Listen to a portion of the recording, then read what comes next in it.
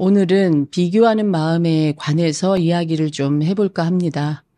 아이들을 상담하다 보면 공부를 잘하고 있는데도 불구하고 자기가 잘하고 있다고 생각하지 않는 아이들이 대부분입니다. 1등급을 다 맞았는데도 불구하고 그 1등급이 1.8, 1.9 이런 1등급이냐 아니면 뭐 1.4, 1.2 이런 1등급이냐 이런 거에 따라서도 아이들은 심지어 1등급을 받고도 1등급대의 내신을 받고도 내가 잘하고 있다고 생각하지 못합니다. 이런 아이들이 아주 극심한 강박에 시달리고 불안에 시달리죠. 매번 시험 때마다 지옥과 같은 시간을 삽니다. 아이들이 등교 거부합니다. 또 자퇴를 고려하고 있습니다. 그럼 어머님들은 교복 입고 가는 아이들을 보면 가장 부럽다고 이야기들 하십니다.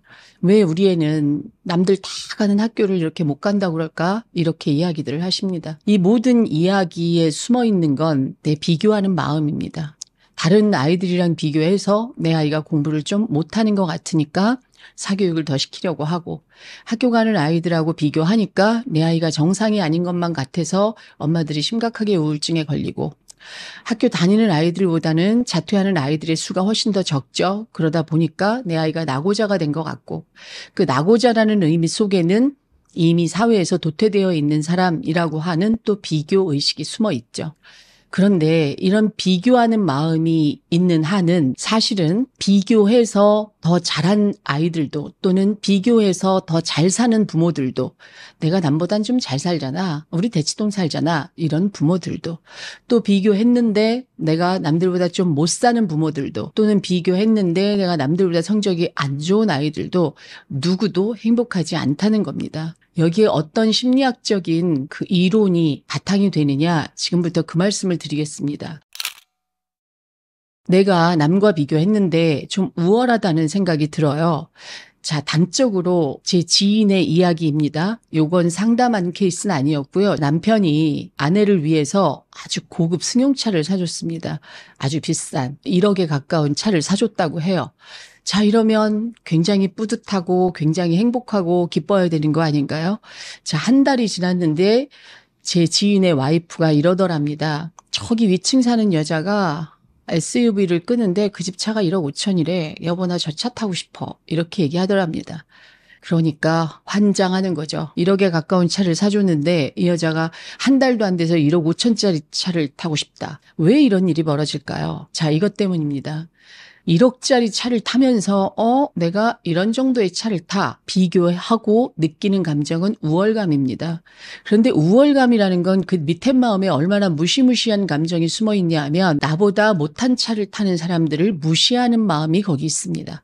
타인을 무시하는 마음이 밑에 깔려 있죠. 그리고 또 하나는 이제 열등감입니다. 내가 남과 비교했는데 내가 그보다 내가 못하다는 생각이 들을 때 사람들이 느끼는 감정은 열등감입니다.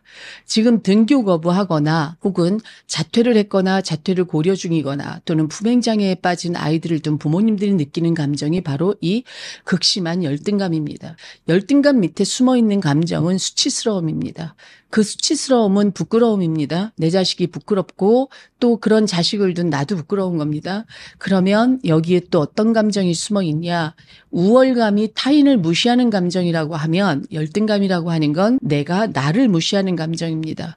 그럼 우월감과 열등감, 이 두 개의 감정이 결국 하나라는 걸 우리는 알 수 있습니다. 어떤 단어가 눈에 들어오시나요? 귀에 어떤 단어가 꽂히시나요? 무시라고 하는 단어입니다.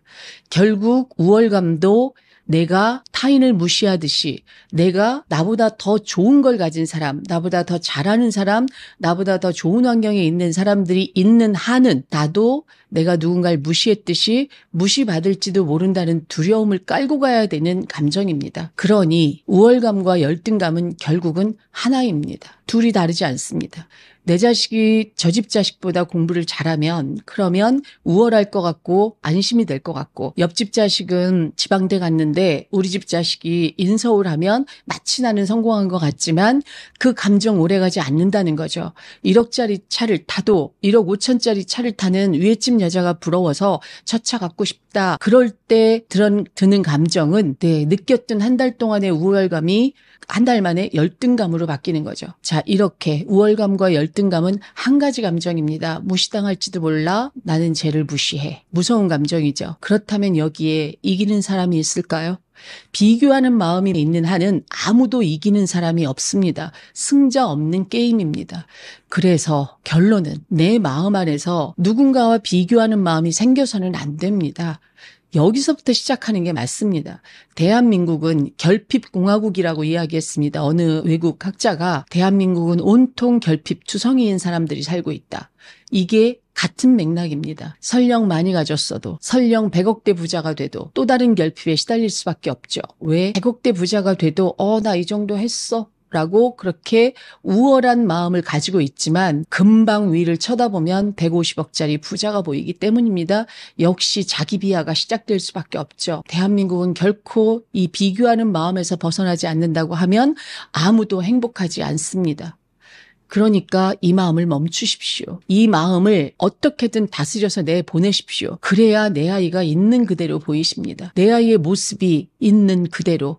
옆집 애랑 비교하는 마음이 없고 또 뒷집 아이랑 비교하는 마음 없고 내 친구 아들이랑 비교하는 마음이 없어집니다. 그래야 아이와의 관계가 회복되어지고 그래야 아이와 행복한 우리 집 이런 가운데서 사실 수 있습니다. 정말 부탁드립니다. 비교하지 마십시오. 그게 곧 나를 나락으로 떨어뜨리는 거면서 동시에 내 아이를 지옥으로 모는 거이면서 동시에 우리 집이 하찮아지는 지름길입니다. 지옥으로 가는 지름길입니다. 비교하는 마음은. 이걸 멈추시기를 간곡하게 당부드립니다.